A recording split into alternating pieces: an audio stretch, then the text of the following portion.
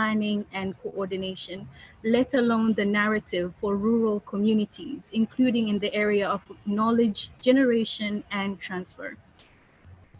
Alongside the economic recovery in the continent, we need to focus on meaningful change in order to reach the lives of many in the region. Now, to dive into that, we'll be looking at values and inclusions as two sides of one coin, what we believe as the heartbeat of leadership. To lay the foundation for the panel discussion on redefining values and inclusion in leadership beyond the crisis, I have the honor to present to you and welcome our keynote address, Dr. James Magara, who's the founder of Jubilee Dental Clinics and the author of the book, Positioning Africa in the 21st Century. Over to you, Dr. Magara.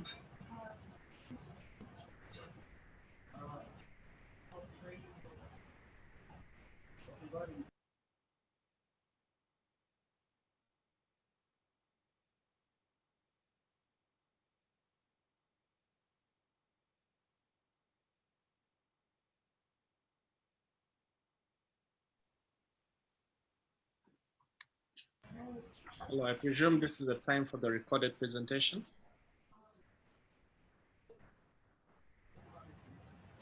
Elizabeth, could you confirm, please? Yes. I think we're facing a minor technical challenge with the volume. Just bear with me.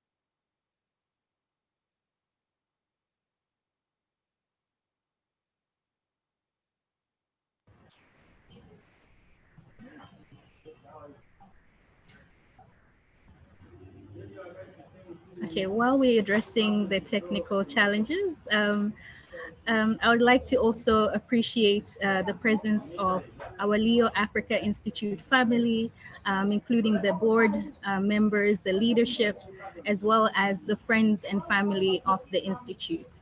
By way of how the session will pan out, we'll have a keynote address followed by reflections and key recommendations drawing from the experience of our panelists that will follow shortly.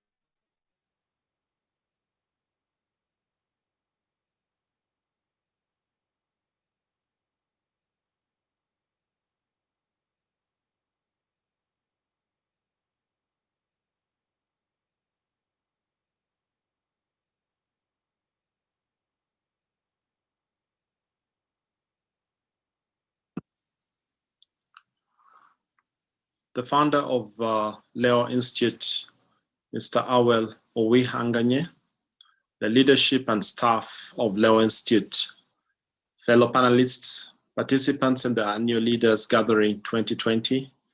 Good afternoon. I'd like to thank the leadership of Leo Institute for this opportunity to share a few thoughts at this inaugural gathering, which is convened under the theme, Beyond the Crisis, Leadership at Crossroads. I'll be speaking addressing the topic, redefining values and inclusion in leadership, as we consider how to rebuild our communities stronger following the COVID-19 global storm that has not yet petered out. As we begin, I'd like to make a few comments about the pandemic. This gathering is taking place at a time when the world is reeling from the impact of this pandemic. And the scale of disruption caused by the COVID-19 pandemic has exceeded the impact of any other health, economic, or social-political crisis since the Second World War. And this is considering that every country and every sector has been affected simultaneously. Control measures that have been instituted and are still being instituted, such as lockdown, closure of borders, shutdown of public transportation, and restrictions in movement have led to widespread disruption. COVID-19 has exposed weak links and gaps in almost all sectors, with many countries and leaders being found wanting and ill-prepared. The pandemic has been unique in its scope. It has presented challenges and opportunities as well for both public and private sectors globally. Countries have had to rethink their financial priorities, resource mobilization options, and belief systems in order to address the pandemic's impact on multiple sectors. Globalization has also been challenged as the perils of overdependence on imports became glaringly obvious. At the Center for Advanced Strategic Leadership, where I serve as the board chair, we decided to contribute to the national efforts of dealing with the pandemic in Uganda. So at the beginning of the lockdown, we held brainstorming workshops with the aim of identifying opportunities occasioned by the crisis. A multi-sectoral team reviewed the ideas generated from the workshop, and in the next level of engagements, the public has had the opportunity to contribute to the debates around the sectors. In the last 6 months, we've covered 25 sessions in different sectors in society. This all in a bid to come up with ideas and solutions that can be adopted for implementation by both public and private sectors. As we've gone through this, the question of leadership and leadership practices has come to the fore. It's said that crisis brings out the best and worst in people. It's also said that crisis is the leader's finest hour. Values and inclusion, which are the topic of my presentation, are important aspects of leadership. They also form part of the leadership culture. So let's begin by ensuring that we have a common understanding of the terms that we are talking about. Culture has been defined as the collective programming of the mind that distinguishes members of one group or category of people from the others. On the other hand, values have been described as an enduring belief that a specific mode of conduct or an end state of existence is personally or socially preferable to an opposite or converse mode of conduct or end state of existence. This is from Milton Rockage, one of the leading scholars in the field of human values. And inclusion, a dictionary definition of inclusion states this: the practice or policy of providing equal access to opportunities and resources for people who might otherwise be excluded or marginalized. All these are integral when we discuss leadership. Values and beliefs are expressed in customs, and actions are different, and customs that are different from one cultural setting to another. That is a model you see on the screen. It's referred to as Kohl's Iceberg model. And it shows different aspects of culture. And as you can see with an iceberg, there are things that are visible on top, but most of what you see of an iceberg is invisible. It's underneath the surface. At the very bottom, you have thoughts. Thoughts thought processes that lead to another stage, another level, which has to do with assumptions. The thoughts lead to certain assumptions that people take, and those assumptions then lead to values. Those values become enduring because of the underlying thought process and the assumptions that are made. Then you have values. These are all hidden. They are not seen on the surface. Then you have, as a result, you have beliefs and belief systems. And then you have traditions. Now you begin to see things that are becoming visible. Customs then become to the fore. And then you have words, and eventually you have the behaviors that are seen, that are visible. Now, when you look at something visible, people behaving in certain ways, things being done in certain ways, you need to dig deeper to find out what is really carrying or influencing those kind of behaviors. And these behaviors make sense only when seen through the basic beliefs, values, or culture of a people.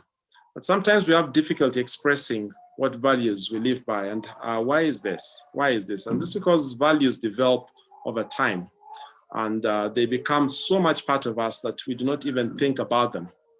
We often act without being clear about underlying values beneath our actions, because we rationalize in each situation, we rationalize what seems to be best for us. So when we talk about values, we're talking about things that are so deep, that are ingrained, that influence the way that we think, and we're often not even aware about them.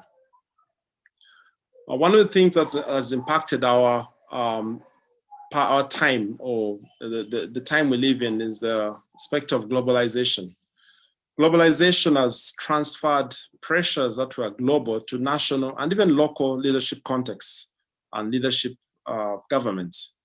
And because globalization has been accelerating, it's been said, one author says, all leaders have become global leaders, because something that happened in a very remote village can have global significance in a very, very short time. As we look at the pandemic, we saw how something that started in one city, in one suburb of a city, quickly became something of global concern and actually impacted the whole world. And leaders in Africa in the 21st century must be very well versed with globalization and its effects. And there is a very, very dire need for leaders with a global mindset. Successful global leaders have been defined as those who have honed the skill of crafting solutions by bringing people and resources together across national, cultural, and organizational boundaries. And there are certain competencies and characteristics that go with this. Among these are being open-minded, being flexible in thought and tactics, being interested in other cultures and sensitive to differences in culture, and being able to deal with complexity, being resilient, being resourceful, optimistic, and also having very high levels of physical and emotional energy. The list is quite long, and I'm going to pick out just a few that would help us, that can form part of our discussion. And one is the global mindset, developing a global mindset. This enables the leader to interpret, to analyze, and look at situations from a variety of perspectives, and therefore be able to identify the best route to successfully collaborate in a multicultural context. This is becoming critical because leaders are increasingly being bombarded by not just one culture, but multiple cultures, situations where that complicate problem solving. The second thing is tolerance, having a tolerance of high levels of ambiguity. Very, very important attribute of any global leader. Working in a new global situation, in a new cultural situation, presents a paradigm, a new paradigm, and presents new ways of doing things. This year we've been challenged by learning how to do things differently. Even this conference being held, I'd like to congratulate the leadership of Leo Institute for recognizing that even if we can't meet physically, we can actually meet virtually. It takes leadership to be able to see those opportunities and make the changes in time. Leaders need to develop new ways of thinking, earning new ideas quickly and letting go of what has already been learned, sometimes making changes very, very fast. Then there's cultural adaptability. That's the ability to understand other cultures and behave in a way that helps achieve goals and build strong and positive relations with local citizens in different cultures. This is a mental and psychological ability to move from one situation, one country, one cultural context to another. The times we live in demand that leaders are able to do this. If leaders are monocultural in their minds, they will not be able to lead in an increasingly global world. Now, there is no universal set of competences that define a global leader. However, some competences have been shown to be universally desirable if a leader is to be effective. I'd like to refer you to the Global Leadership and Organizational Behavior Effectiveness Research Project, which was done in 1991 by a man called Robert House. He worked with over 160 research associates around the world to study the perceived characteristics of effective leaders around the world. The GLOBE project, as it has been called, it's been defined as the most ambitious study of global leadership. And it found that there were some universal facilitators of leadership effectiveness. And I'll just go through this briefly. You can look up the GLOBE, GLOBE report if you want to know more about it. And the first, if they found all over the world, whatever culture one belonged to, one universal facilitator of leadership effectiveness was being trustworthy, being just, being honest. They found that it didn't matter which culture you belonged to. That was something that made leadership easier. Secondly, having foresight. That's being able to look at things, to see what is coming, planning ahead of time. Every culture, almost every culture desires that of its leaders. And then third, they found being positive as one of those things that was desirable across cultures. Being positive, being dynamic, being encouraging, motivating, and building confidence. And then fourth, they found that being communicative, being informed, being a coordinator, being a team integrator, these were universal. It didn't matter which culture they studied this, they found these were things that all cultures found desirable. And then they found certain things that were impediments. Again, it didn't matter which culture you belonged to, these were universal. That if these were manifesting in a leader, they were negative. They are impediments to leadership. One, being a loner, being asocial, and then secondly, being non-cooperative and irritable, and third, being dictatorial. People shunned this and it worked against leadership. So as we look at values, we look at being inclusive, it's important to bear these things in mind because these things cut across cultures. They're not limited to just one culture. Now, I'd like to also quickly point out, since this keynote is laying the foundation for a discussion, there's some challenges that leaders would face as they move into cross-cultural leadership situations. There are quite a number of them, and I'm not going to elaborate them much, but I just want to bring them out there, and some of them may well be picked up by the panelists for discussion. Crossing cultural lines in leadership can be an assault to the person who is crossing, who is leading.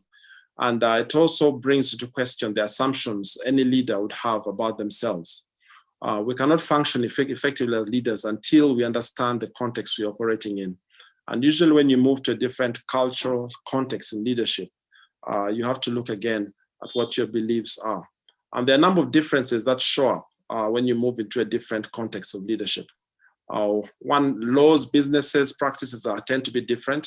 This is more pronounced when you move across a country. It can also be in country when you move from one part of the country to the other. But generally you find that people within one country have evolved with certain laws and certain ways they do things. When you move to another country, you need to find out. It's important to understand because it's one of the things that assaults you. Language is a big issue.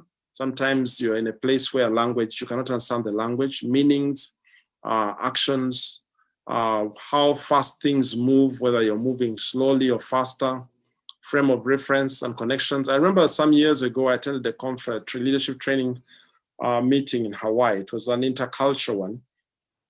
And one of the things that really, struck me at that time, I remember after having lunch, there was a couple sitting next to me, and the man belched so loudly, I was startled. And then there was another person sitting in front of me, a Nigerian, who also turned around to see what was going on. This guy kept belching. Now we're so put off. Later we found out that where this guy comes from, belching is actually a sign of thank you. The meal has been really good. Now you can imagine, there are many stories, anecdotes like this that I'm sure among yourselves you have. You can end up rebuking someone for something that they, in their frame of mind, see as something completely acceptable. There's also finding out what the levers of change are. How does change happen in that environment? Leaders bring, one of the things leaders do is to facilitate change, but knowing how that works out in a different environment can be a challenge. Then motivations, values, things that motivate people, the values they hold, the local politics, the social patterns, the protocols, the overlap between social life and work life, the business drivers. All these things are things that would challenge any leader moving to a different cultural context. Then actions, behaviors, habits, food, transportation. It will be interesting to see how long or how much of an impact on travel the pandemic has long time. But one of the things that happened the last half of the last century, second half of the last century, is the fact that there was so much movement between people. It's now not uncommon to move to some remote village in Noya, and you find Indians living in the remotest villages. Now they're living in a cultural context. And if you're the leader of that society, you're leading people who come from a different culture. So this the movement of people has led leaders to be dealing either by themselves moving or by people coming to them, and now even dealing with the virtual world, things coming to us from a very, very different cultural context. Decision-making processes, problem-solving approaches, all these are challenges that a leader has in a cross-cultural context, and the value system plays in right there. In addition, you also have things like the acceptable leadership practices and the interpersonal styles, time frames. I remember visiting Germany some years back, and we were speaking at a meeting.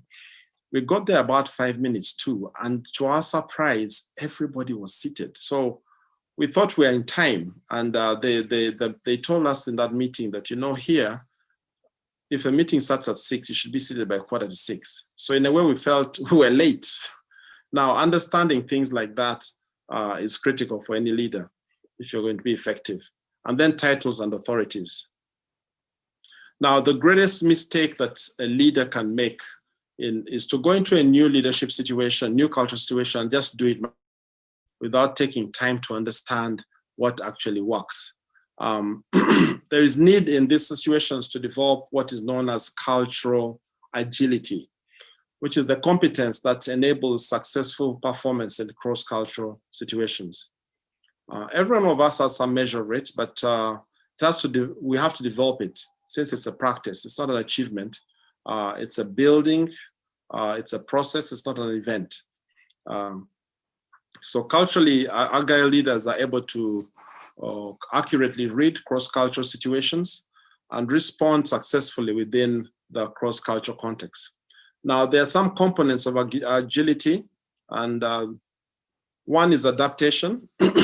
This is being able to decide that, okay, this is a requirement in this cultural setting. This is where I come from. This is how I would normally do things. In this situation, it's better that I just adapt. It's not a big deal. Let me adapt the way they do things here. That is if values are not being undermined. And then there's cultural minimization. And this is where you decide that even though in this place they do things this way, I'm going to do things differently. And this is where a leader now moves to impose their culture or try to shift the culture in the new leadership situation. So in this case, the cultural norm, your cultural norms supersede the cultural expectations of others. And then there is another aspect of cultural agility, which is cultural integration. This is where you compromise. You say, well, here the requirement is this, but I'll make adjustments. We can meet 50-50. This is what is required in what is cultural agility, cultural intelligence. And all of us need to develop this because increasingly the world is becoming more and more multicultural. And if we're to be effective, and if your leaders in Leo Institute are to be effective, they must have cultural agility. So let me begin to round up, because this is really to set the discussion going. And I've got a few recommendations for Leo Institute to consider as they look at can lead in an increasingly global, complex global world. One is to develop programs that develop a global mindset in leaders. This has been referred to as one of the biggest challenges that looms in this century for leaders. Getting leaders that can think beyond their confines in terms of culture. And that's training them, developing programs that train. The other one, we'll see again how much the pandemic affects travel, but travel is one of the things that is really great in developing cultural competences. It does not inevitably develop one's global mindset, but it does offer the opportunity to improve psychological capital.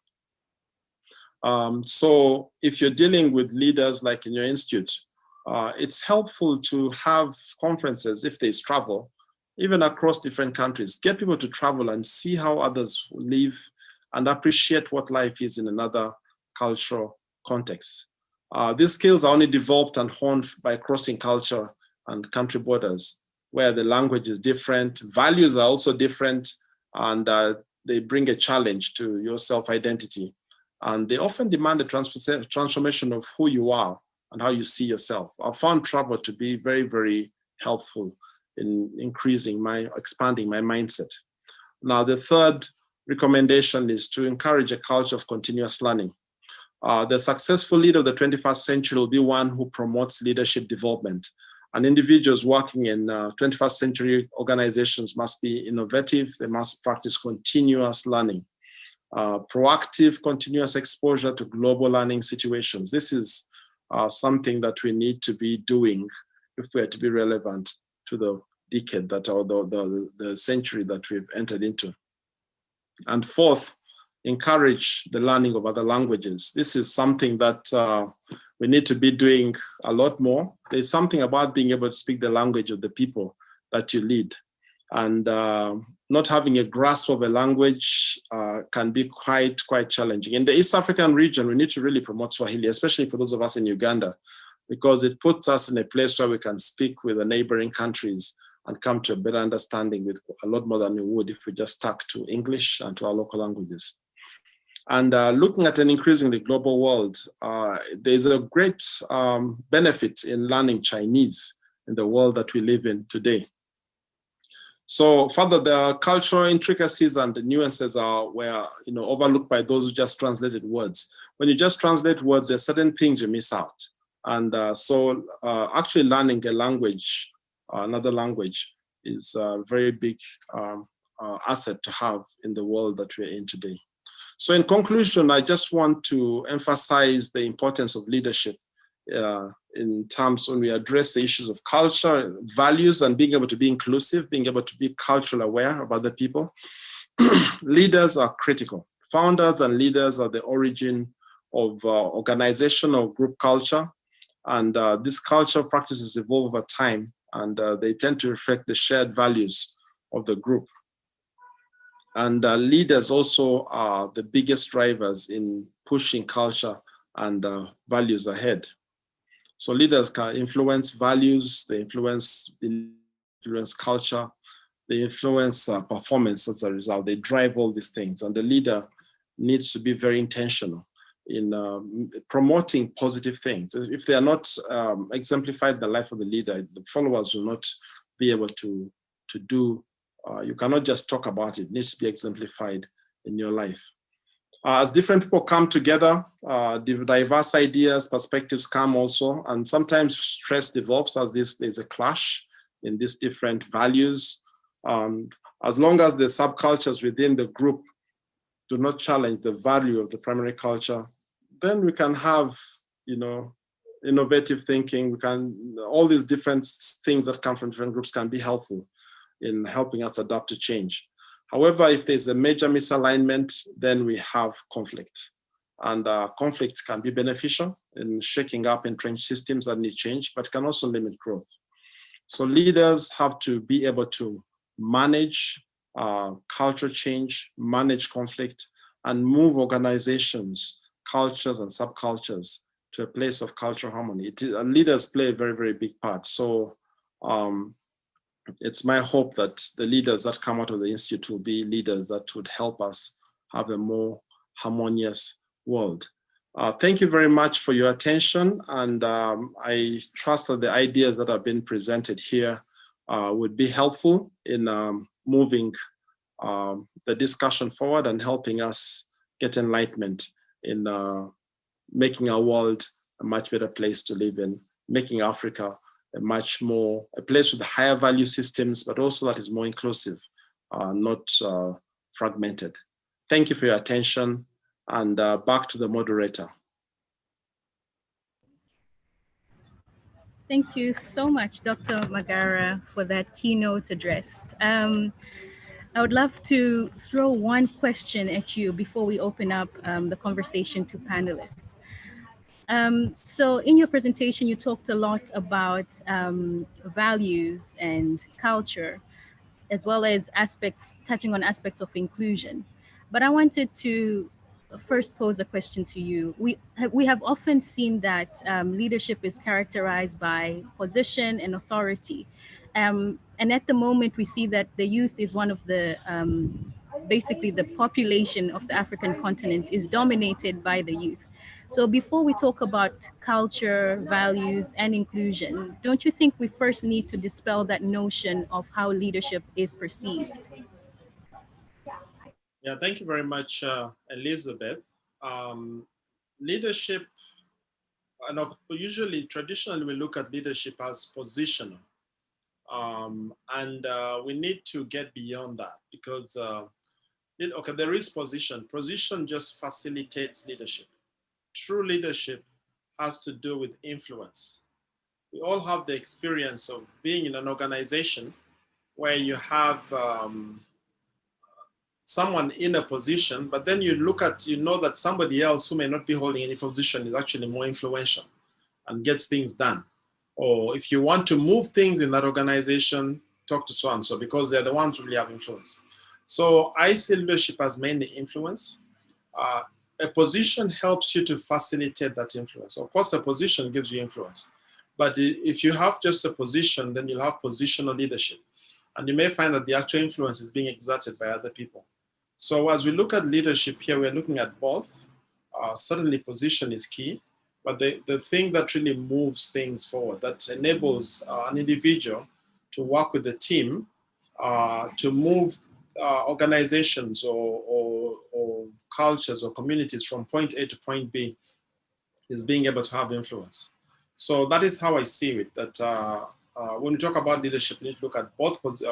Influence is the key thing, but we have to look at position as well. Position is a facilitator of leadership. It's not leadership per se, it's the facilitation of leadership.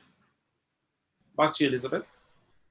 Thank you, Dr. Magara. I would now like to introduce my panelists. We have an expert of panelists, which will be touching on the keynote address. Firstly, starting off with sharing initial impressions based on what has been presented. So to introduce our panelists, we have David Mpanga, who is a board member of Leo Africa Institute. We're also joined by Wanjuhi Njoroge, who is the founder of People Planet, and recently Wanjuhi was also appointed as a board member of the World Economic Forum's Global Shapers Community and the UNDP Youth Sounding Board. We're also joined by Dr. Claire Akwongo, who is an epidemiologist at Veterinarians Sans Frontières. We also are joined by Ignatius Kirunga, who is a Yelp fellow, class of 2019, and he's also the global markets dealer at Stanbic Bank. So we have heard from Dr. Magara. I would love to hear initial impressions, including on aspects of universal definitions around values and inclusion when it comes to leadership. I'll start off with you, David Mpanga. Thank you very much, Elizabeth, and thank you very much to Dr. James Magara for an excellent keynote presentation. Thanks to the organizers of this august conference. We can't see the participants, but the participants can see us. It's a great privilege to be here, and we hope that everybody would be enthused by the motion and the keynote speech, which has brought out, to my mind, two very key things. As a lawyer, I always look for definitions, and I was pleased that Dr. James took a broad definition of both culture and of values.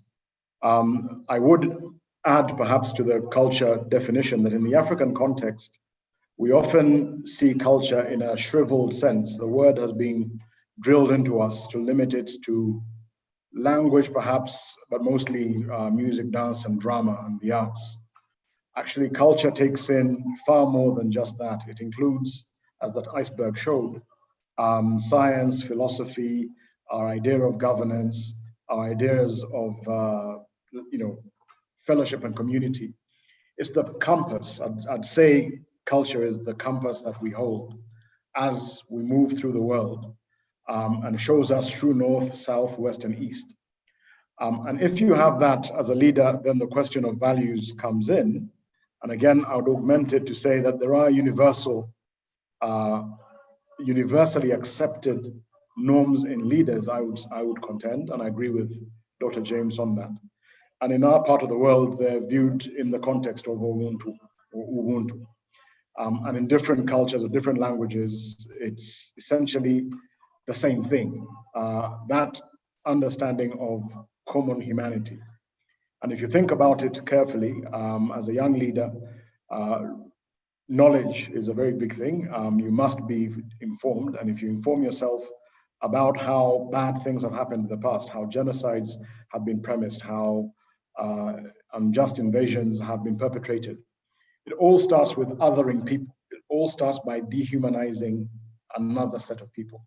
So if Ubuntu is the basic value that one has, then one has to guard against the perhaps human failing of excluding others, of labeling and thus derogating from humanity. It's easy to forget, for example, if I may use democracy as an example, it's easy to forget that in the birthplace of democracy, so-called Greece, it only meant rule of the people by the people for the people, only meant rule of men, free men.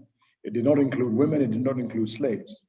In the US, which holds itself out as the biggest and oldest democracy, functioning democracy at the moment, we see some crisis there that suggests maybe they have other issues as well. But it's easy to forget that at the time of writing that constitution, the seminal document, which is paraded around the world as a big article of liberty and democracy. Slaves, Black African slaves, or people of African descent, were defined as 3/5 of a person. Women, white women, only got the vote in 1920.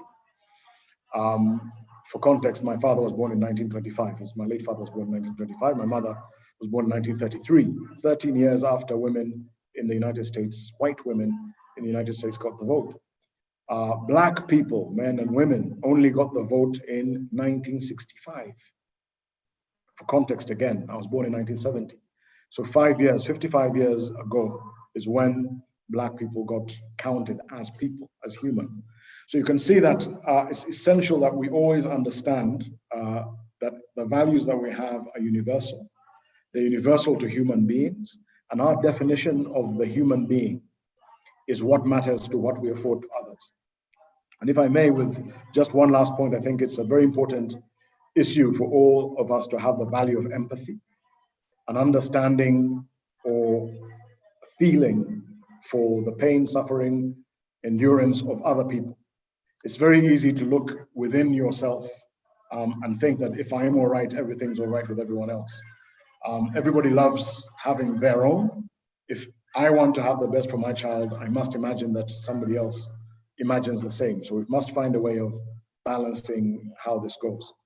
And on the point of empathy, I think it would be remiss of me to not have in my opening remarks a statement about what happened over the last couple of days in our own country, and how perhaps the unfortunate situation of violence and police brutality, state brutality, has brought on us a realization that we need to understand each other, empathize with each other. We can't kill people to stop them from dying from COVID, but we also can't have people dying from COVID because of recklessness. We must find a way in which we accommodate each other and enable each other to live peacefully, because we only have one country, and we must get on with each other in a spirit of Ubuntu.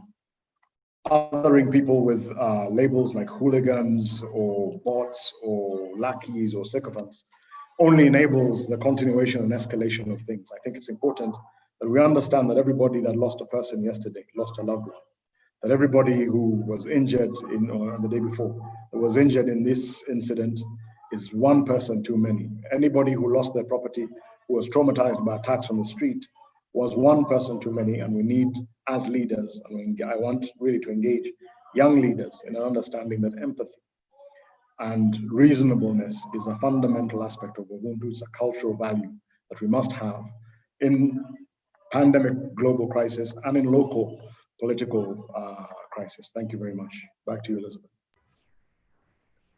Thank you very much, David.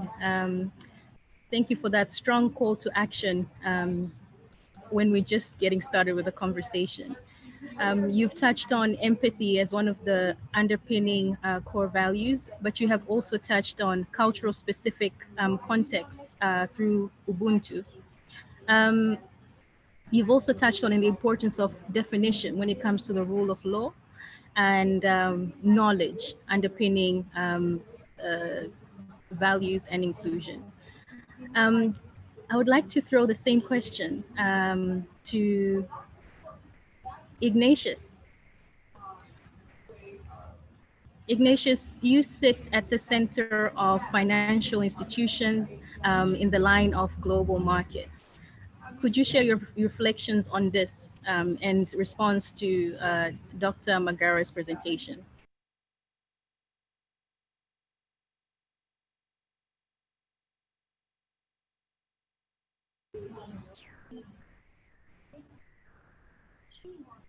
Ignatius, you need to unmute your mic. Yes, I don't know if I'm clear now. Yes, thank you all, and thank you, Liz. Thanks to James, Dr. James, for the great words, as well as David for what they've shared so far, and much appreciation to the Institute for bringing this together for us. I think from my perception and what more or less Dr. James has said, it's just the overall point of having a cross culture of everything. From my side, where I sit, the financial institution and the global markets, you deal with quite multiple and cross-dimensional cultures and with different people across. And it's just one simple language that always brings you together. And that's something that Dr. James touched on, where we have to build a language, a common language where we can all speak and understand each other. And that's, for me, it's numbers where you are able to transact with someone or talk to someone, and it's just speaks to the numbers, understanding what someone needs to do or not. But beyond that, from the point of leadership and what that means, we've seen even from the banking industry, I think every bank may have its own culture, and that's something that underpins beyond just you as a person, knowing who you are and having that self-awareness. And that's one value that I would also really want to pin on in leadership. If you're having that value of being very self-aware of yourself, knowing that you are aware of exactly what is around you, what you can deal with, and at the same time having that empathy at the end of the day, knowing that you have to be very empathetic in whatever you do. Beyond that, the point of having the times that we're in, like what David had said, I don't want to emphasize much about it and just talk about it. He has pretty much talked about everything. But that even goes beyond, because you can't replace life with anything. But at the end of the day, we also have businesses that get impacted at the end of the day. That impacts us on our currency at the end of the day, how we transact, and also at the end of the day, what is going to be paid out to people, everyone who's working, someone who's trying to get the bread for the following day. And that speaks to much more the times we're in now, from the pandemic where it started from. And there's this known term called VUCA that speaks about much more the situation we're in now, that stands for volatility, uncertainty, complexity, and ambiguity. And that speaks to the times that we're in now, and something that we should be looking at by all means, to look at all the possibilities that may be there and prepare yourself for everything that could be there. I can tell you from my front that in Jan or last year, December, no one knew that maybe a global markets dealer could just work from home, or people at Wall Street could just go home and work from there. But I think it's the same thing that we've seen now. We've seen bankers before, which was never there, that now it's happening now. Everyone is able to go at home and work from there. And as we can see, that comes into so much what leadership means to that person and what values they hold as a person. Are you going to go at home and still maintain that culture of working hard and following up on your goals that you're supposed to achieve? And I feel like it's that time where everything is just, we just have to look at the 360 degrees of what leadership means. It may be different for different people, but the underlying factor is to know that there's some of the values that should really stick out, which comes from majorly being empathetic, having self-awareness, and speaking much more to understand each other, which is communication as well. I think that's it majorly from my side. Thank you, Ignatius. You've touched on empathy again, self-awareness, and the role of communications, but you've also touched on inclusion in the industry and having a 360 definition of leadership. Wanjuhi, you are at the center of youth when it comes to young leaders, both in the continent, but also globally through your engagement in the World Economic Forum's Global Shapers community. I know you're also very passionate about the subject of how do we build patriotic young leaders. Could you share with us your insights on this, also taking in mind values and inclusion? Thank you, Elizabeth. And as I was listening to Daktari speaking, one of the things that he said was that crisis brings out the best and worst in leaders. And I don't know how many of us have looked at the way our continental leaders have dealt with COVID-19. For some, it's with admiration. I remember there, and I say this with a lot of caution, but there's a time we in Kenya wished that one of our neighboring presidents was our president because of the way he dealt with COVID in his country, or other factors held constant. But then Kenya is going through what we are calling a constitutional moment. How true or how factual or how good this is another matter altogether. But I was listening to a conversation by a thought leader in my country from not the older generation, but the generation that's just slightly ahead of mine. And her name is Dr. Wandia Njoya, and she was talking to another brilliant mind called Mordecai Ogada. And they were saying that the previous generation or their generation has failed, and it is upon my generation and the ones that are coming after mine to make things right. And that's very true. You know, it generally, for a country like Kenya, ought to fall on us, young people, to fight for what is right, given that we have no opposition following the famous handshake.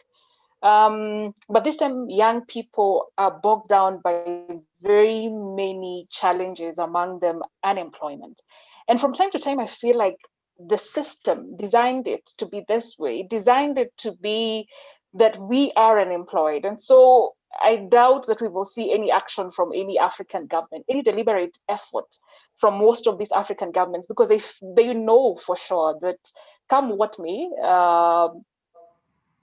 we will always be at their mercy. Anytime they want to implement or bring in crazy things like constitutional changes for their benefit, we will listen to them, because when they give us handouts, we will answer. There was recently, I think 2 weeks ago, a person collapsed because he had not eaten for 2 days. And this is a young man, and he had been moving around looking for work. And he's also taking care of his little sister. And so how do you expect this person to again go to the streets and fight this particular government?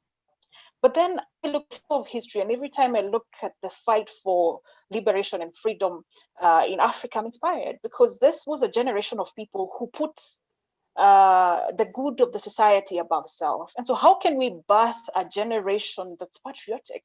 For me, when it comes to value leadership, and values in leadership, I think intentionality has to be the word and the term of this decade.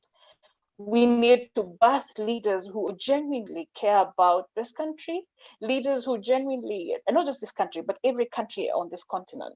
And this morning we were listening to the CEO of Stanbic, and she was talking about empathy, which has again come up with David and Ignatius.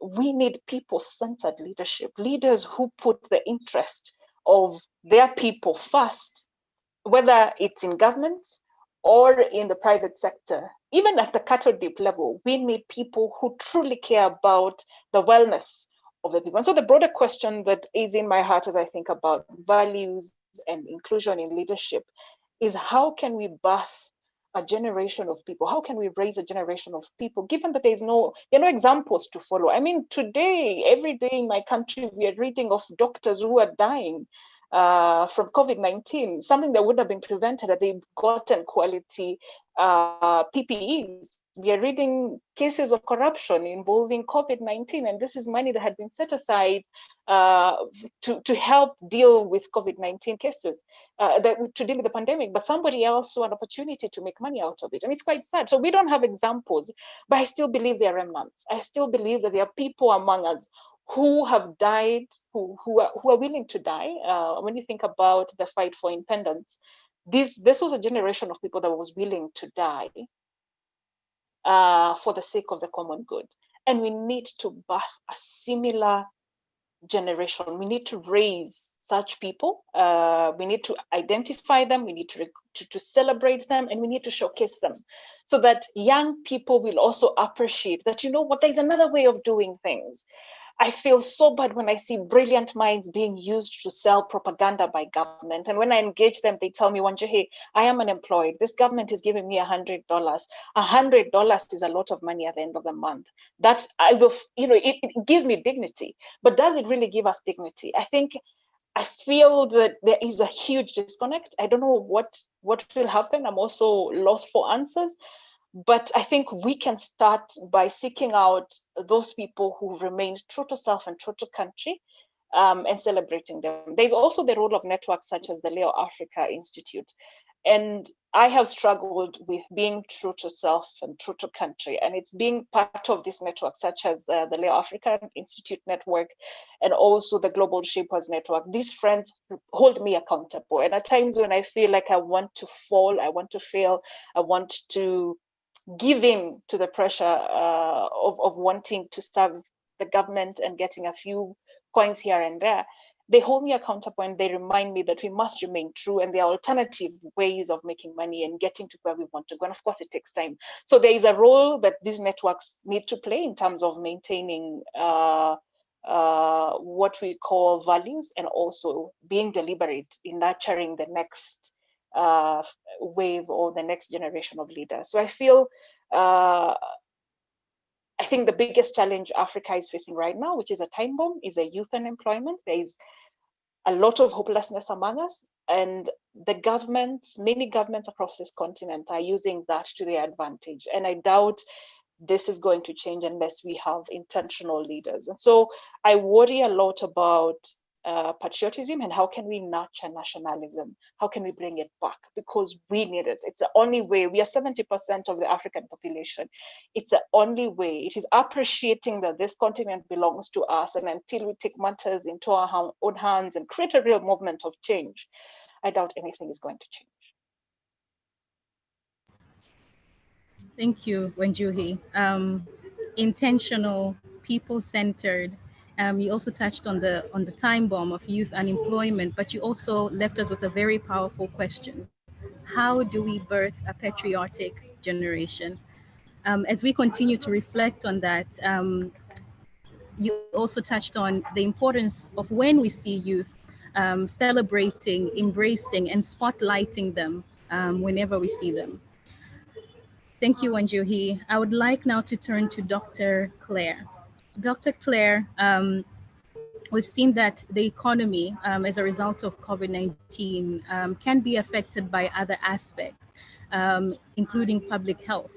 So I know that you've been at the intersection of regional trends, and I would like for you to bring in from your experience on how you see countries preparing post-COVID. Over to you. Thank you very much, Liz and Leo Africa Institute for organizing this session.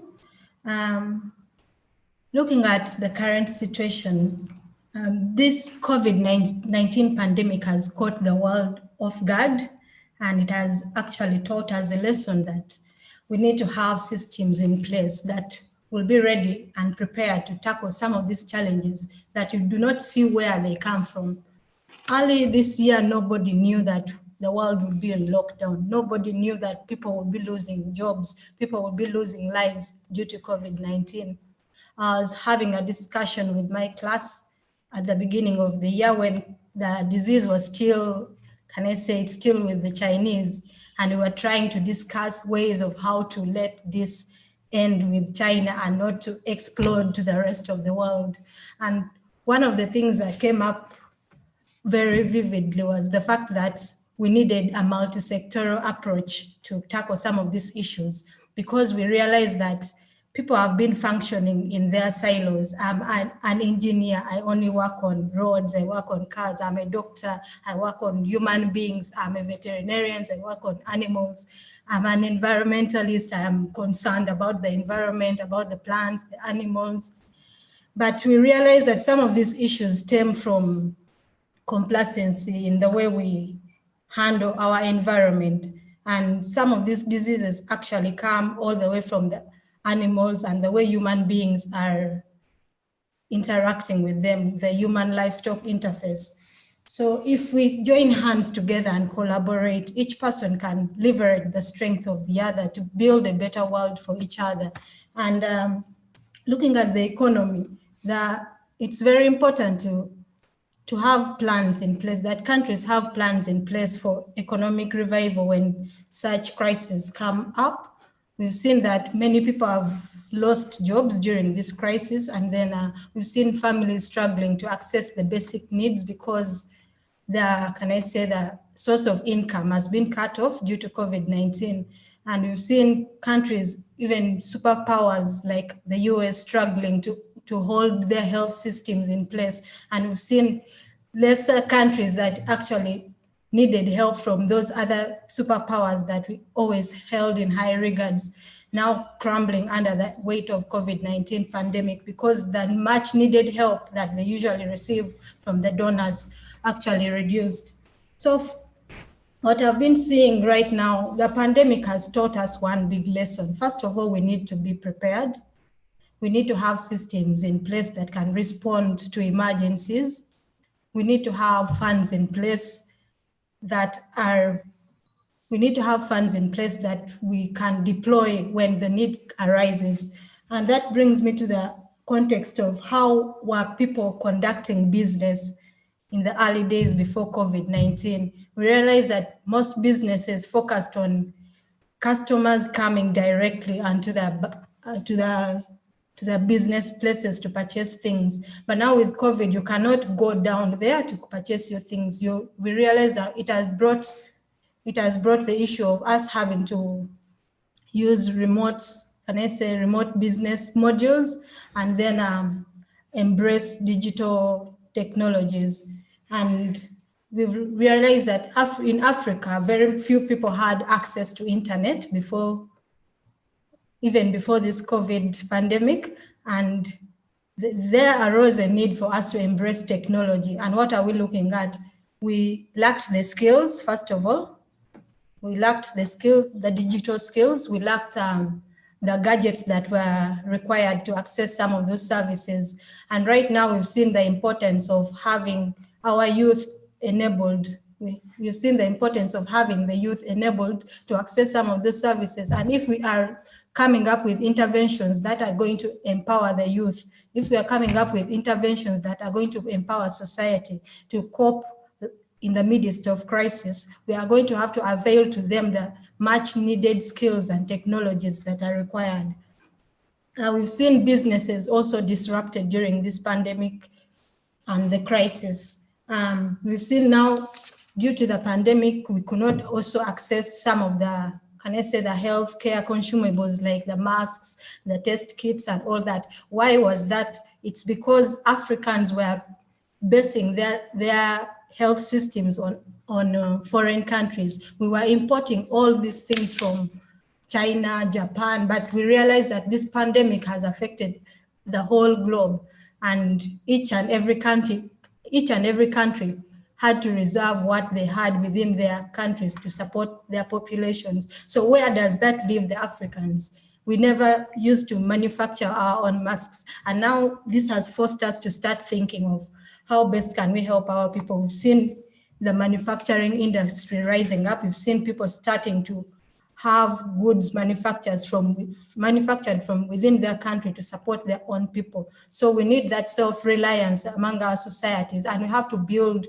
the culture of doing things for ourselves and not waiting for help coming from outside the country.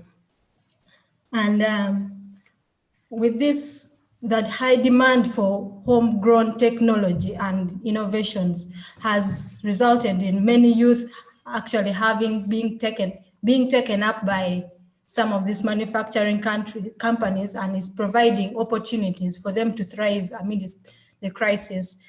It's bridging the gap between the unemployment gap and giving the youth more, and I say more energy to even thrive further. So what I would want to say is that we need to see the gaps that exist in our societies and then use, can I say, a human-centered design approach to craft solutions that will work in our context for Africans. And then we also have to design training sessions that are tailored to our context and support the youth to advance through their lives. I think that's what I have to say. Thank you. Thank you, Dr. Claire. Human-centered design thinking when it comes to tailoring our own solutions. We have about 27 minutes to go. And for anyone who's joining us in this session, welcome. We'll be accepting questions. Please use the Q&A button to submit your questions. And as we continue to receive any questions, I would like to throw this question to the panel as a whole. We've been looking at what is currently happening in terms of COVID-19. We have seen the challenges. We've been talking about some of the opportunities, and Dr. Claire started touching on some of the lessons learned. I would like to go back to each of the panelists, starting off with Wanjuhi, on some of the key lessons learned in your line of leadership. Wanjuhi, you've been at the center of youth connectivity, recently serving as the champion for the Global Shapers community in East Africa. I believe that you have been able to leverage some of the challenges. Myself being a global shaper, I've always consulted you on this. So could you share with us some of the lessons learned, and what will be the key enablers as we build back better after the pandemic? I think I'll start by saying that we must not build back better. We must build forward better. I think the pandemic has, in my view, given us an opportunity to reflect. It's come to show us what we already knew, yes, but it's put it on a big billboard for everybody to see. And I say this because it has exposed glaring developmental and leadership gaps. We are seeing people every day dying because of lack of oxygen, lack of ventilators. And that's why I'm saying we must not build back, we must build forward better. So can we now come together and audit and do an honest audit as individual countries and also as a continent to see where are we going wrong and how can we move forward. Having been a leader for quite a number of years, starting all the way from high school to now, I think what I've realized working is people-centered leadership, where you take people, you prioritize the well-being of the people. And particularly now, many people are dealing with mental health related issues. And I will speak for young people. I know majority of young people, I have had young people reaching out to me, and some of them have had good jobs. Some of them is not even financial. It's just the toil of everything, the disruption that has come with this pandemic. And so we will definitely need leaders who, and we don't have them. When you look at government, I'm sorry, I don't see them. I don't even feel inspired. I don't feel motivated by my current leadership, the current leadership of my country. But then when it comes to, and that's why I'm stressing on the importance of networks such as the Neo Africa Network or the Global Shapers Network. These networks give us safe spaces where we can come together and speak in one voice. But even the leaders of those networks have to be very, very intentional in ensuring that the people are doing well. Their mental wellness is fine before even pushing them to deliver anything. And so for me, that has worked. And I've seen young people coming together to deliver some of the biggest events ever, some of the biggest projects ever that are most impactful. And that has been my secret. And even now that I am overseeing the entire globe when it comes to the Global Shapers community, that's the push, that we must focus on the well-being of the people.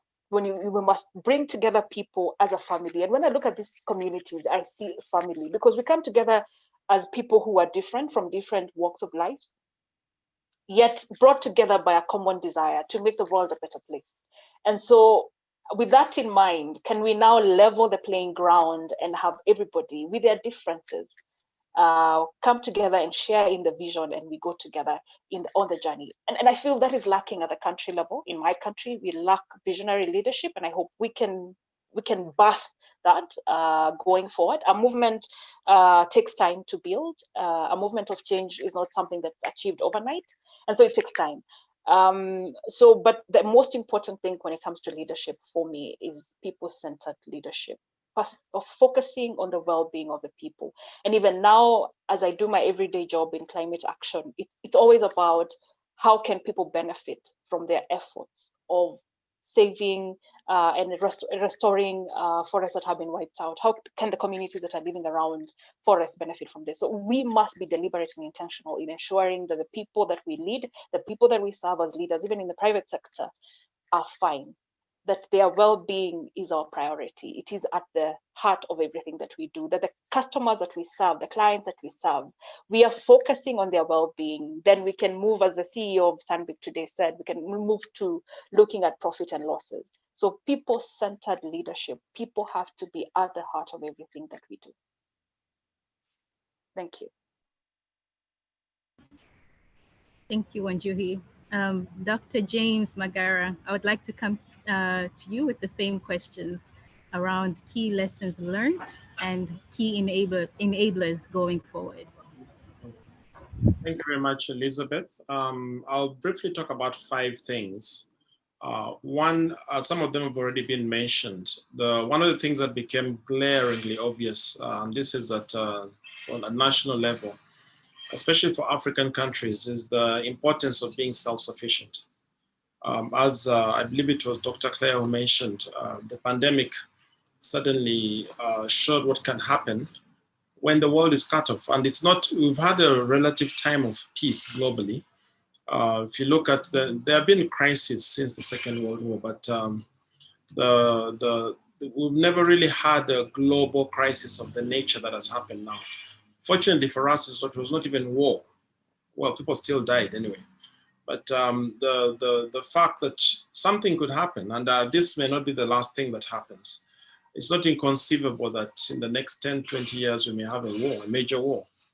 In fact, one of the things that happened during the the lockdown was tensions between China and India. Now, just imagine, with this goes the need for things like scenario planning. We've got to reenact these things and see what will happen tomorrow if the world locks down for another reason. If China and India had gone to war, those skirmishes along their borders, these are two big countries. China is the industry of the world. What would have happened? We get most of our stuff from China. So learning to be self-sufficient. I know there is a push for the World WHO and all that kind of stuff, but I think we just need to think now. We've learned a lesson, and I hope we have, because one of the challenges we have is often things happen and we just go on like nothing happened. But it would be a good thing to take time to reflect and say, and begin building scenarios. What would happen if we no longer had supply of product X? What would we do? And the great thing that we noticed that in some of our countries was a very, very quick response. It's just amazing in Uganda to note that at the beginning of the year, we're net importers of things like masks have been mentioned, sanitizers and so on. Now we're exporting. It has happened in very few months. Now we need to look at that and look at some of the other things that can be drawn out of that. So self-sufficiency. Then the other thing is a silo mentality. In our engagements with different national sectors, one of the things that has surprised me is how much at least I can speak for the country that I'm in, but there's a very big tendency to operate in silos. I was surprised at how many times people mentioned, oh, thank you for bringing us together. And I was wondering, wait a moment, you people are in the same sector and you don't have meetings, you don't consult each other. Our governments tend to operate very much in silos, and there's competition for funds, but even we ourselves, we tend to operate on our own. And even in the scientific community, for the first, well, maybe not the first time, there's been the pandemic has forced scientists to collaborate. And that's why some things are moving much faster now than they would have moved in the past. So the need for collaboration, putting away the silo mentality, finding out how we can work with our neighbor. It was really heartwarming to see communities where people began to look out for each other. Neighbors who had never talked in the community that I live in, we began looking out for people who were in danger of starvation, put together money, take food to them. We need to reach out to neighbor. No man is an island. So that's the second thing. The third thing would be leadership in crisis. In times of crisis, people gravitate towards leaders.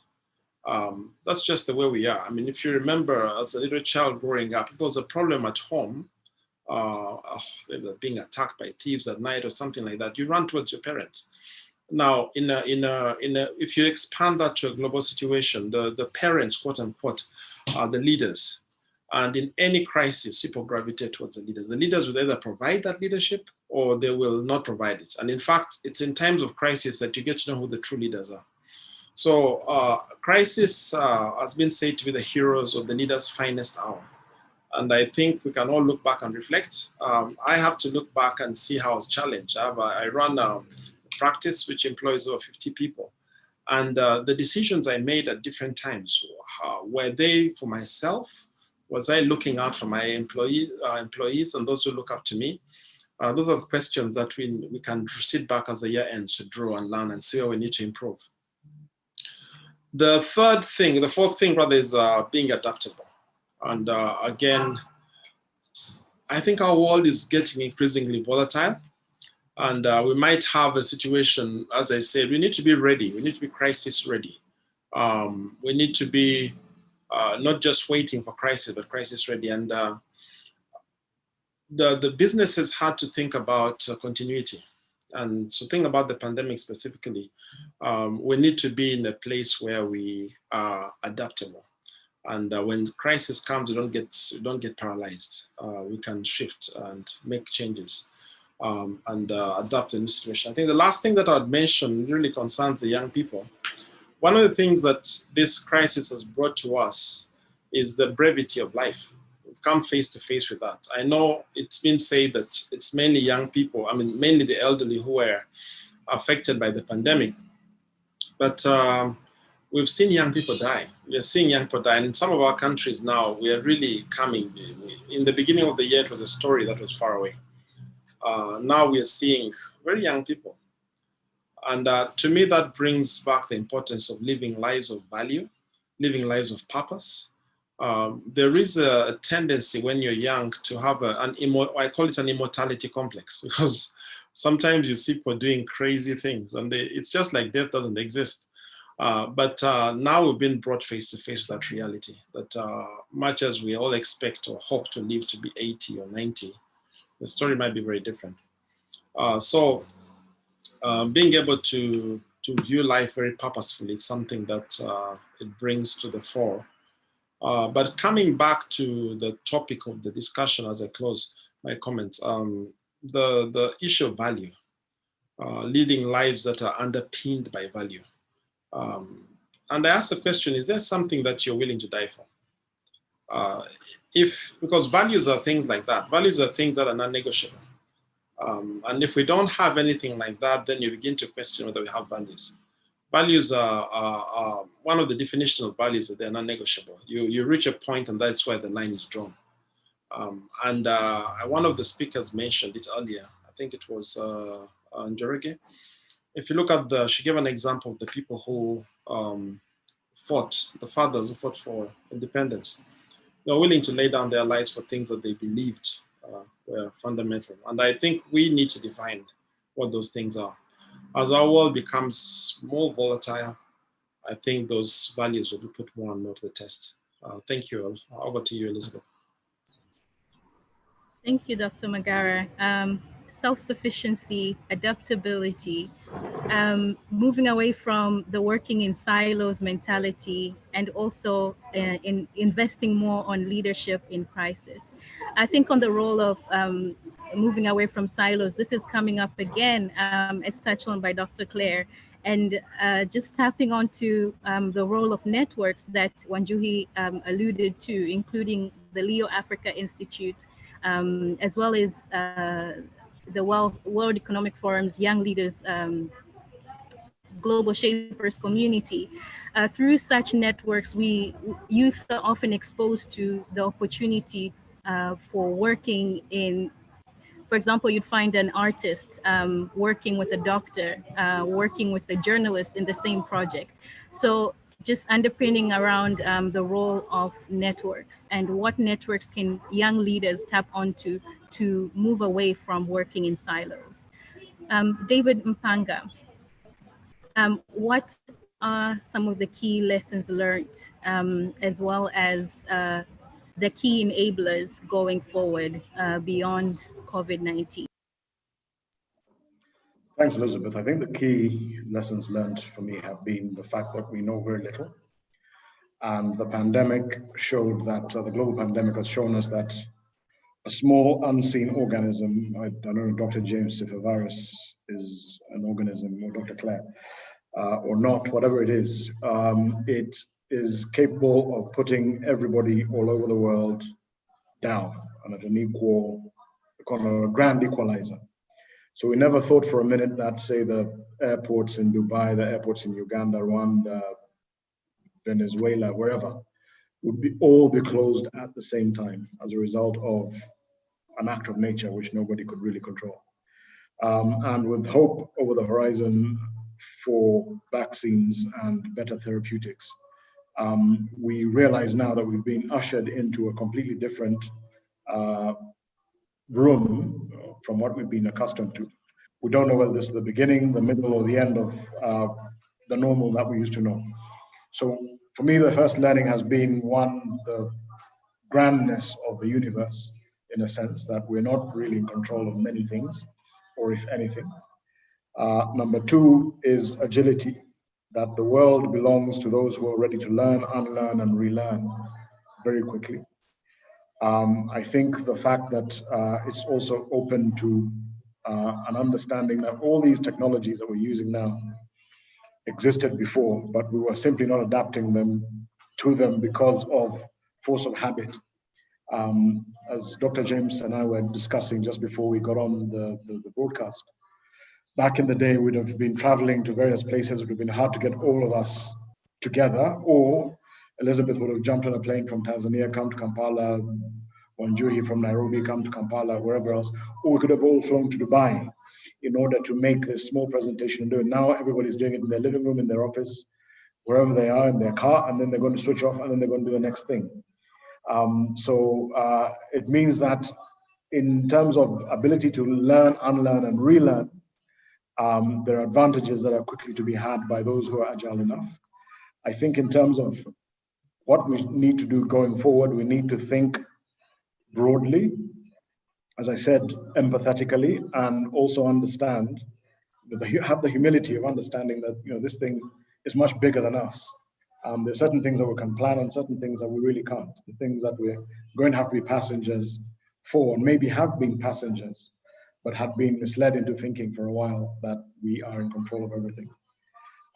Very lastly, I think I should say, in terms of the values that I think the youth need to take going forward on understanding the lessons, perhaps not values, is one that youth is not a value in and of itself. It's not,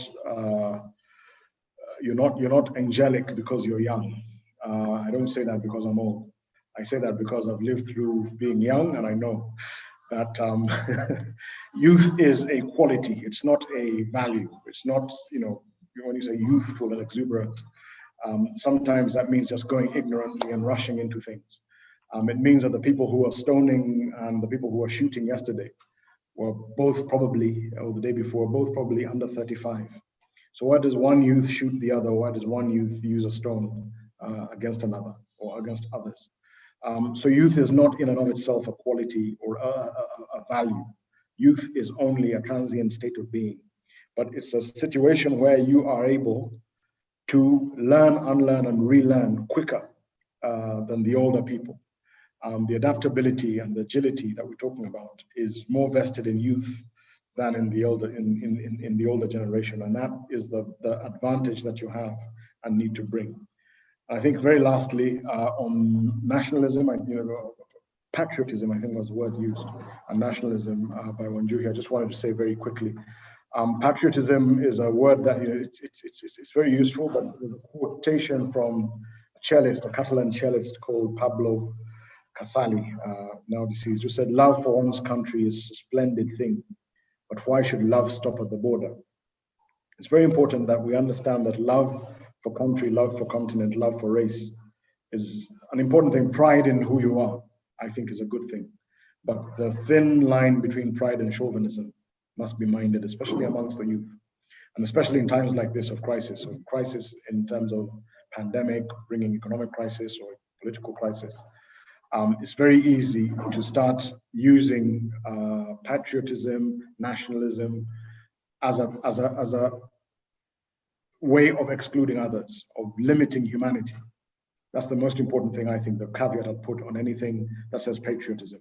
I always, kind of think, well, be careful there, because you may end up in a situation where you're defining in a way that cuts out others, because, very, very patriotic Germans in the 1930s and 1940s committed very heinous atrocities. Very patriotic Rwandans committed atrocities in the last century against each other on account of their definition of patriotism. Pride is great, chauvinism is not. And I think that's what I'd like to say about how we go forward. Thank you.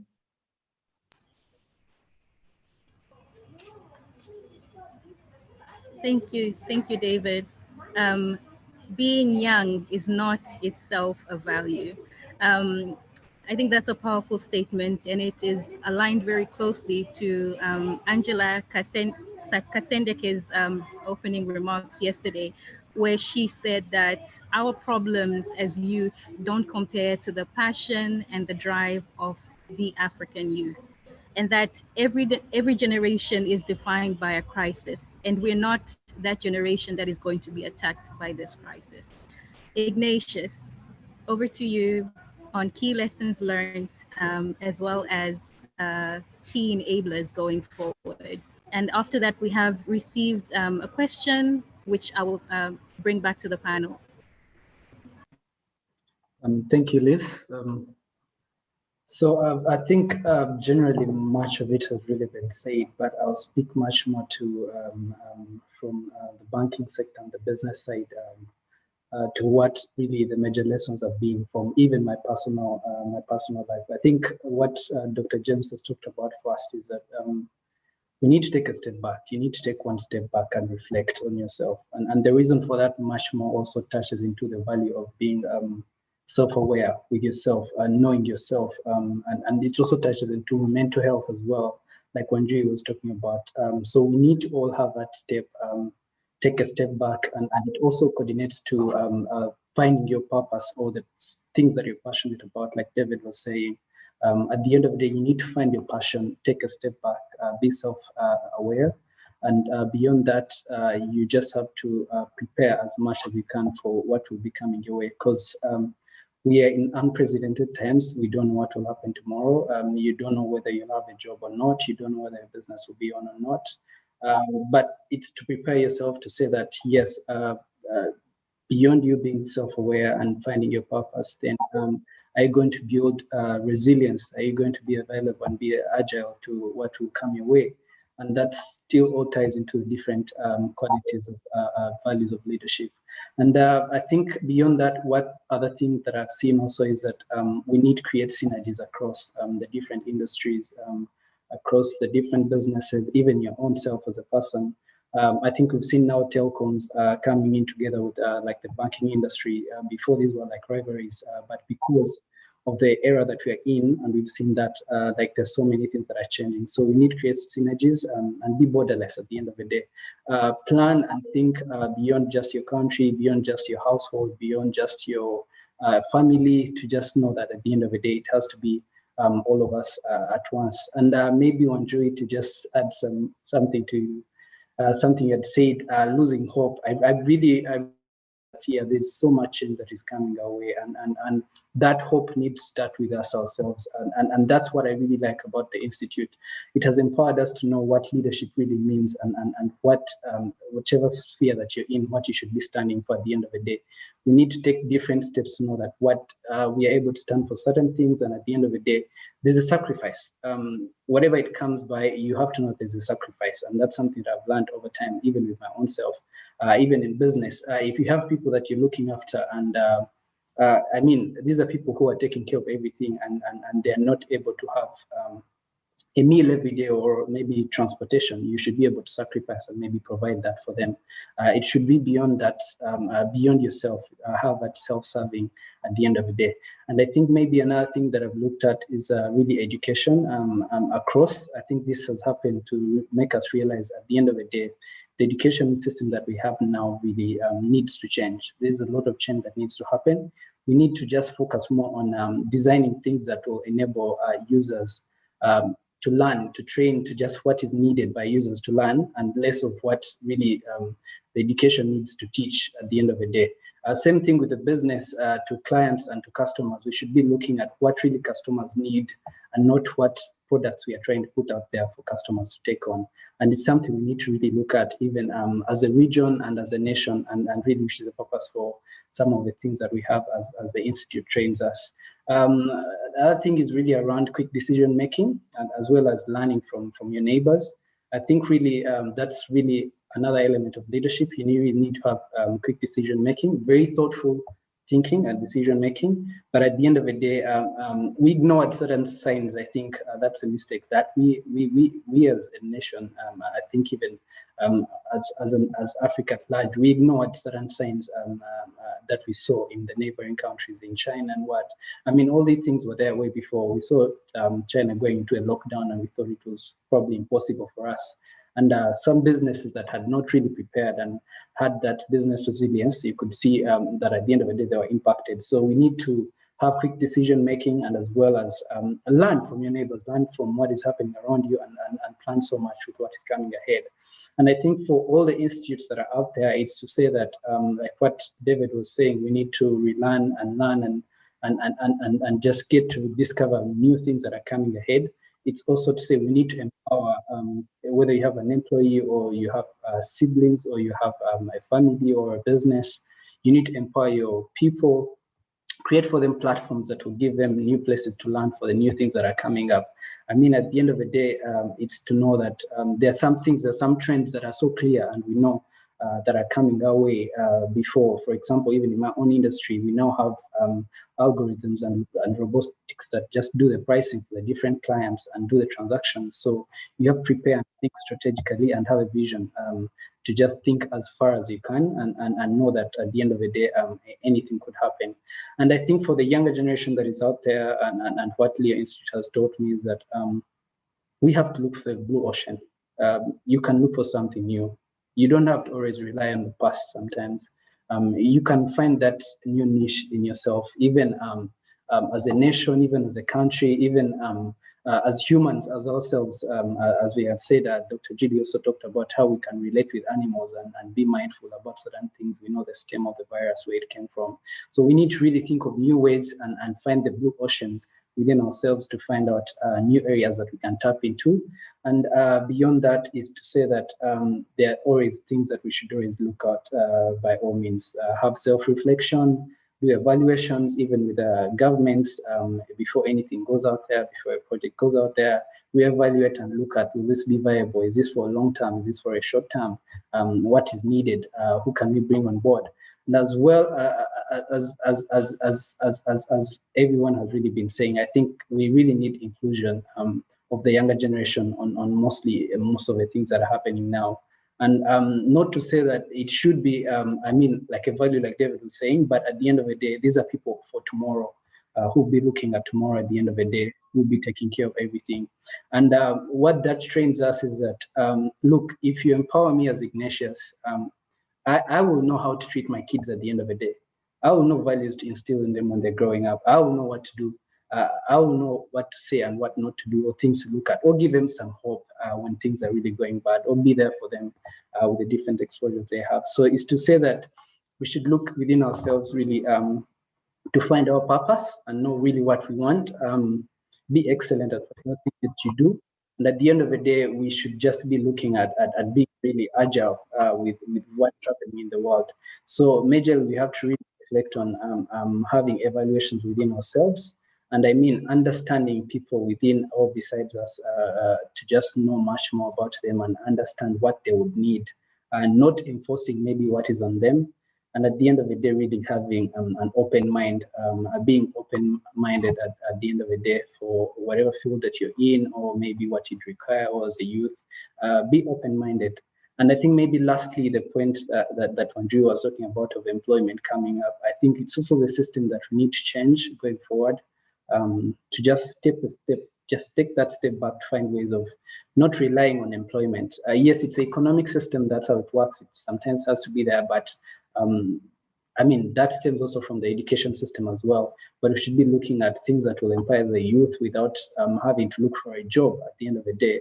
I mean, you can go there and now sit at home and code or program or do something that will just enable you, or raise your voice and do something that will just earn something for for yourself at the end of the day. So it's to say that we really need to be open-minded at the end of the day, be very resilient. And this goes beyond even us as a youth, and even humans, and even the companies. I'm sure everyone who has a company here, even they're very well aware you have a business resilience set up well. Now you know the importance of risk management in the industry. So it's to say that there are some of those nitty-gritties that we are ignoring at the end of the day, that we really need to take a step back and listen and just understand much more. And at the end of the day, find that passion and niche and need that will drive not you as a person, but also that will impact the people around you and the nation at large. Thank you, Liz. Thank you, Ignatius. Synergies, looking beyond the borders, empowering your people, and also quick decision making. We have a few minutes to go, and before we end, I would like to read out a question that we have received from Rehema. And this is to any of the panelists. So Rehema asks, how do we ensure mental health of the leaders who, as you are, okay, let me start that again. How do we ensure the mental health of leaders who, as you have emphasized, must lead with the interest of people in mind? She adds, I believe we only practice and give what we do and learn. Over to you, panelists.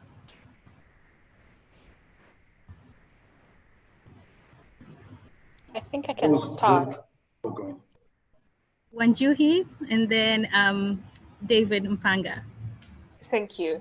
So I think it's important that we as leaders, remain very authentic. There's always so much pressure on us to change who we really are. And remember, when you were trusted with whatever leadership role you were given because people were attracted to the person that you are. So being authentic and remembering that being vulnerable is actually very, very okay, because you're a human being. Before you became a leader, you are a human being. But importantly, who are the people you surround yourself with? I think there is a movie called The President's Men and Women. And I love to watch it because it reminds me, I am a leader and I've just started my leadership journey and I don't know where life is going to take me. But who are the people who are in your inner circle? Who are the people that you can go to them there and tell them, this is what I'm dealing with, I'm struggling with? Who are those people that will look at you and say, Wanjohe, today you're not fine? Who are those people? This could be family, this could be your best friends, this could be your spouse. Who are those people in your inner circle? Because those are the people that you draw energy from. So it could be positive energy or negative energy. And I believe that's the most important support system in your life. There's also a question on how can we widen the networks to ensure that we include more people. The honest truth is that these networks are open to everybody. For instance, Nairobi Global Shapers is currently recruiting. I'm not sure the Leo Africa family is expanding any further, but maybe Awel can clarify that for us. But yes, this, for instance, the Global Shapers community is a network that is open to everybody, every person, as long as you're impacting society in one way or another. And if those networks are full, I always say that create your own network as well. You know, come together as people who are like-minded and create a network, create a support system, come up with the terms and conditions and the ethos that you would want to operate in. And that's it for me. Thank you. Thank you, Wanjuhi. David. Yes, Socrates thought that the perfect society had a number of roles. One of them was guards, and there was a question of who will guard the guards. I suppose a question about how do you deal with the mental health of the leaders in a time when they're trying to help others maintain their mental health is a kind of who will guard the guards question. One way is, just like when Joey was saying, I think having the humility of understanding that your leadership role does not make you any less human. In fact, one of the biggest problems in humanity, I think, has been leaders who have been afflicted by unrecognized mental health problems, unresolved mental health problems. We see them, you know, all over the world. Right now, one may say that America is in the grips of a situation like that, but you know, Idi Amin and many others, Yahya may come to mind. And the things that they could do, their mental health fragility causes them to inflict on entire societies a great amount of suffering. It's therefore important, I think, for leaders at various levels in communities, in corporate world, etc., to have the humility of understanding that your brain is a muscle, a bone, as much and part of your body as a muscle or a bone. It does get tired, it does get injured, it can break, and needs care. We shouldn't be too proud to ask for help. We shouldn't be too proud to go for counseling. We should give people the privilege, find one or two people whom you give the privilege of speaking truth to you and saying, look, you are stressed lately. You're not yourself in the way that you usually are, from my perspective. And when you hand those people that privilege, of course, they shouldn't abuse it. But you should then not just simply say, well, I've heard you and move on. That's an easy way of dismissing things. It should be that if I've given the privilege to Elizabeth and Elizabeth has walked up to me, or to Dr. James, and Dr. James has walked up to me and said, David, in all that I've seen you do, I've never seen you do X, Y, or Z. Do you think that you need to take a time out? Do you think you need to take a break? Listen carefully and actually accord yourself the space to be able to recuperate. One of the things that I've discovered and tried to work on very hard during the pandemic was knowing my family, one thing. Work is very easy to get into, so it's very easy with work to get into a routine that keeps you away from your family for a very long time. The pandemic forced us to work from home and forced us into closer proximity with our families. It's very important to be able, as a leader, to get on with your family. The other lesson that I learned from this time in terms of mental health is sleep, the value of sleep. It's a very important thing. And we may think that by depriving ourselves of sleep, we are accentuating our productivity, we are showing how hard we are. And indeed, you may begin to even write off the amount of sleep that you need, but these are small things that actually impact very greatly. Lacking in sleep impacts on your immunity, impacts on many other areas of your life, and mental health is one of them.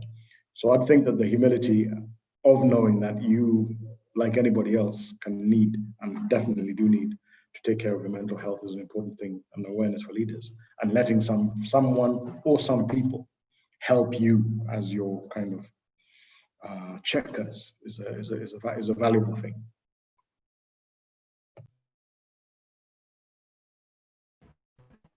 Thank you, David. Indeed, among leadership muscles is at the center of that is emotional intelligence, which is of course underpinned by self-management, social awareness, as well as relationship management. And both of what Wanjuhi and David have touched on, I believe these are underpinning that. Dr. James Magara, could we have your insights on that as well? And then after that, we will be closing off because we're running out of time. Over to you. Elizabeth, and I will just re-echo what my fellow panelists have said, maybe just use some slightly different words because I think they've got it right. The thoughts that are on my mind. One is the support system. It's very, very important for every leader to have a support system. You know, when we were growing up, we used to watch the Wild West, you know, the Rambos of this world, someone who can take the world by themselves, but those don't exist in real life. We need to understand that we can only take too much, and a wise leader will have that support system that David talked about, and that I think it was Andrew also talked about. You must have a support system. There may not be many, but there must be people, must identify people who can speak to us. Otherwise, we become extremely vulnerable to the challenges that come with times of stress like this year has been. Secondly, it's taking time off. Sleep, well, just taking time off. This year, I usually travel quite a bit, and because of I have a very intense program. And for me, travel has been a time in the last few years which has enabled me to, even when I go for a conference or something like that, I get away from what I normally do. I didn't realize how much of a rest break that was giving me. This year, it's been different. I've been doing the same things I do continually with stress. And when it came to about October, September, October, I was just feeling overwhelmed. So I decided to just take off time from work, just said I'm gonna be around, but I'm not gonna be. And I was just amazed at how much of a change that made for me. I took longer time sleeping, I'd go for walks. It was just so refreshing. So taking time off is something that we need to practice. It's not very African because when we take our leave, we go to work and on something else. But I think it's a practice as our lifestyles change, that we must have time which we deliberately sign out and just switch off the phone and rest. But the other thing David already mentioned, that is sleep. Sleep, I'll also add on exercise because I've had more exercise this year than I've ever had, partly because the lockdown provided a lot of time to do something. So but I've been taking that more purposefully. The exercise releases certain hormones in the body that relax the body as well. And while our forefathers would be walking and hunting and running, these days you sit in your car, you drive, sit in an office, and then you're basically, you don't exercise enough. So we are lacking the release of the hormones that, you know, would activate the immune system and also bring us to a point of relaxation. I think the last thing has also been mentioned, and that is to get help. What has been really saddening in this period is seeing people committing suicide. If very young people, and I'm just thinking, you know, this we never knew this, you know. And I think in our days, there's also been a stigma attached to seeing a psychiatrist or a counselor. That needs to go. Everybody needs help at some point. And just as our bodies get sick, sometimes our minds have things that are too big for them. So we need to be able to have someone we can talk with. There's a support group we can be open to, or if we can't, we can reach out to somebody who's a professional and be able to express what we're going through. So it's something that I do hope, I really, especially the young people, the world is changed. It's much more stressful than it was for the young as well. And many people don't know how to cope with it. And there are some new stresses that have come with things like social media, you know, new stresses that some of us never experienced when we were growing up. And it's okay. It is okay to, you know, to have somebody, to express your challenges with somebody and have somebody who can listen to you and look into your soul, as it were, and help you. Just remember, the people who have lived longer have experiences. Don't belittle them. They may be older, but they've definitely gone through the things you're going through. There's nothing new under the sun.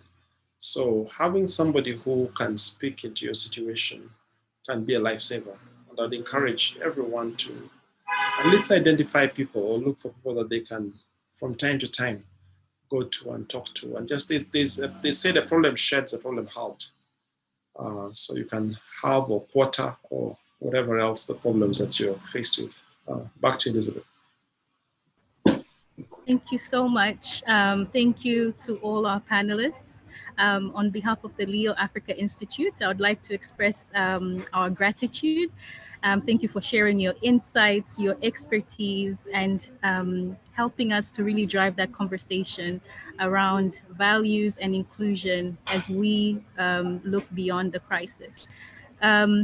David Mpanga, Dr. James Magara, Wanjuhi Njoroge, Ignatius Kirunga, and of course, Dr. Claire. A big thank you to all of you.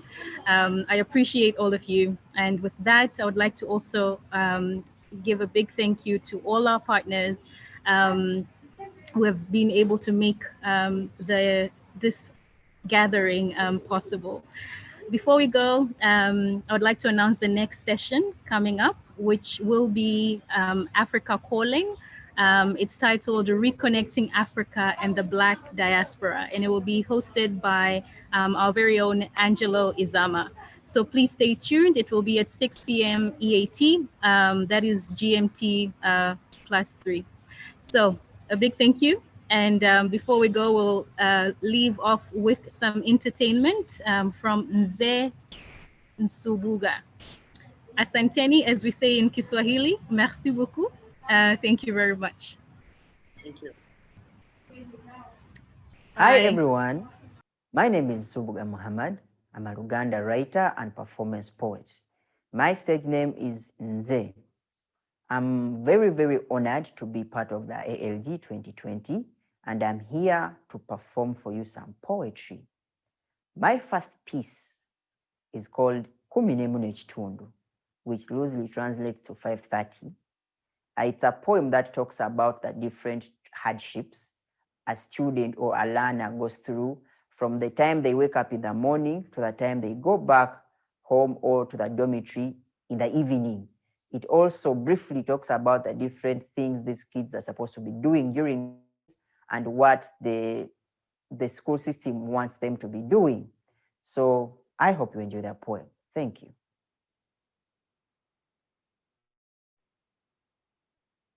Kuminemu n'ekitundu. Emmambya tennasala. Naye emmotoka z'amasomero wabweru zeetala. 11 n'ekitundu. Obunyonyi tebunnazuukuka naye owa P1 yatunula.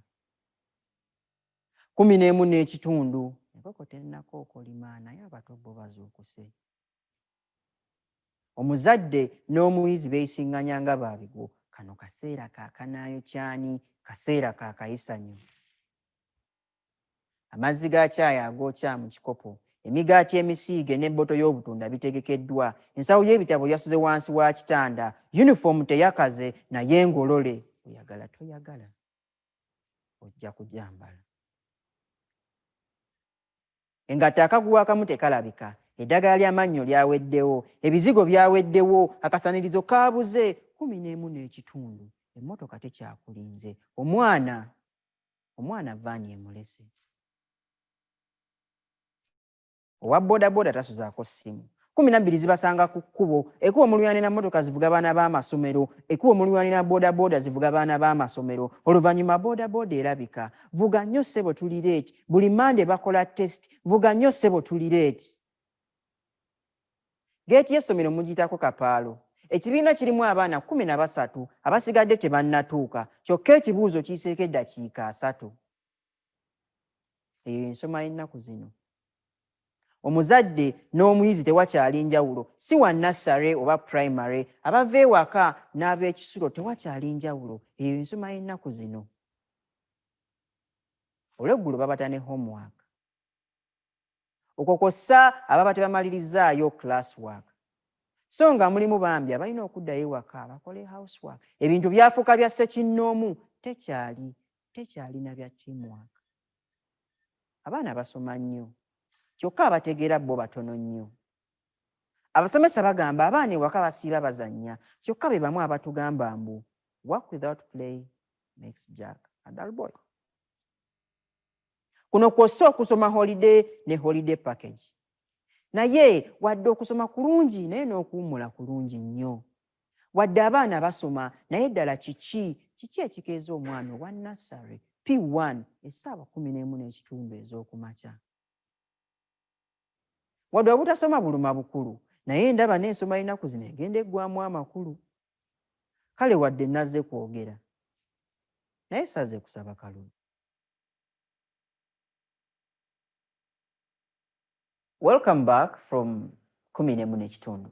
Now, this second poem is called Agali Awamu. Agali Awamu is a Luganda word that loosely translates to people or things coming together to something which can't be achieved when you're only one. And it is a poem about climate. Since climate crisis is one of the themes of the ALG 2020, I thought, why not? So I dropped in Agali Awamu. It basically talks about how we humans have decided to destroy our beautiful world by doing all the various things that we do that we know actually destroy the environment.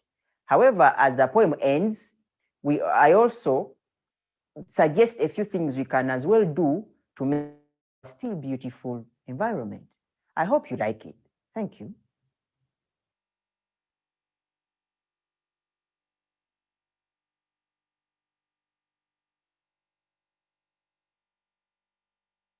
Bagamba amazzi bwe bulamu nga tosola bwayise era kitta akimanyidde ennyanja etta mu bubi. Abaffe, ennyanja nga tennatutta ffe tugenda okugisaanyaawo.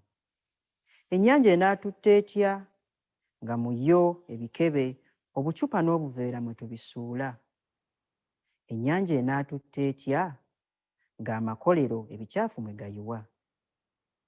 Ennyanja enaatutta etya nga tugiyiwamu ttaka n'amayinja kugizimbamu? Ewaffe obuveera bwa mugaso. Ewaffe obuveera bwa mugaso. Ab'oku kibuga babukozesa okuboobeza ettooke endagala za bbula. Enkuba bw'ekusanga teweetaaga manvuuli ng'olina akaveera. Abatunda empuuta buwunga babukozesa okusibamu ebyokulya. Wali osambe ku kapiira akakoleddwa mu kaveera? Supertere ne tubeless toyoya. Newankubadde kakola bino byonna, akaveera obulabe kajjudde entoko. Bwe kalegama amazzi tegayita. Omukka gwako nga kwokeddwa tabbu njereere. Yitako mu myala olabe oba agiyingiddemu obuveera tambula.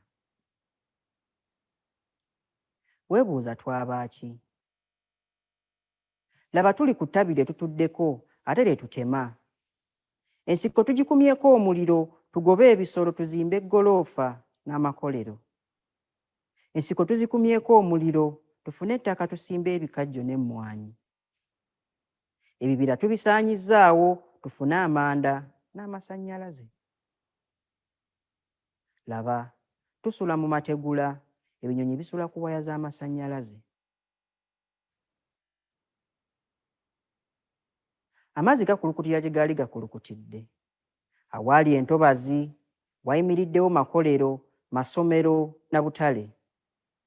Teweewuunya lwaki bw'etonnya gakulukutira mu ndibota za ngoye. Teweewuunya lwaki bw'etonnya etwala mayumba, masomero n'amamotoka. Omusana bwe gwaka mu nnimiro, gwaka mu buwompo bwaffe, gutuuka ne mu nsawo. Enkuba yatonnyanga ne twesunga okubaza. Kati bw'etonnya ne tweraliikirira okutwala amayumba, ne tweraliikirira okutwala amaduuka, oluusi etwaliramu n'abantu. Enkulaakulana tugyetaaga, naye n'omukka tugwetaaga. Amanda tugeetaaga, naye n'emiti tugyetaaga, naye n'ebibira tubyetaaga okusengejja omukka gwe tussa. Amakolero tugeetaaga, naye n'entobazi tuzeetaaga okusengejja amazzi. Tuleme kusaanyaawo butonde ng'abali mu mpaka. Akaveera okukasuula mu mwala, akasimbyemu ekijanjaalo asinga. W'otemye omuvule, simbawo ffene n'omutuba.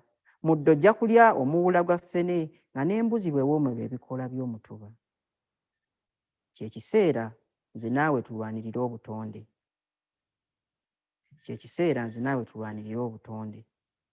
Essaawa y'eno, tusitukire wamu, anti agali awamu.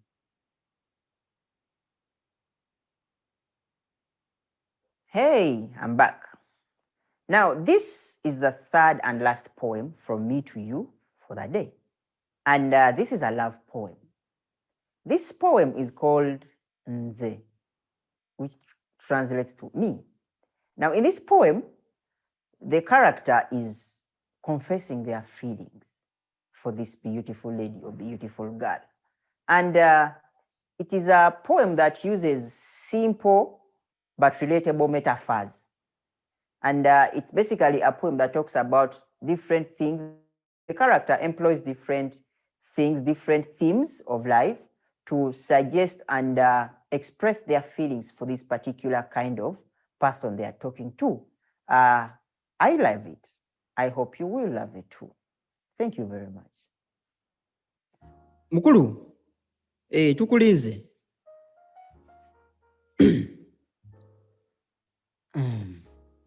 Kodi avenu.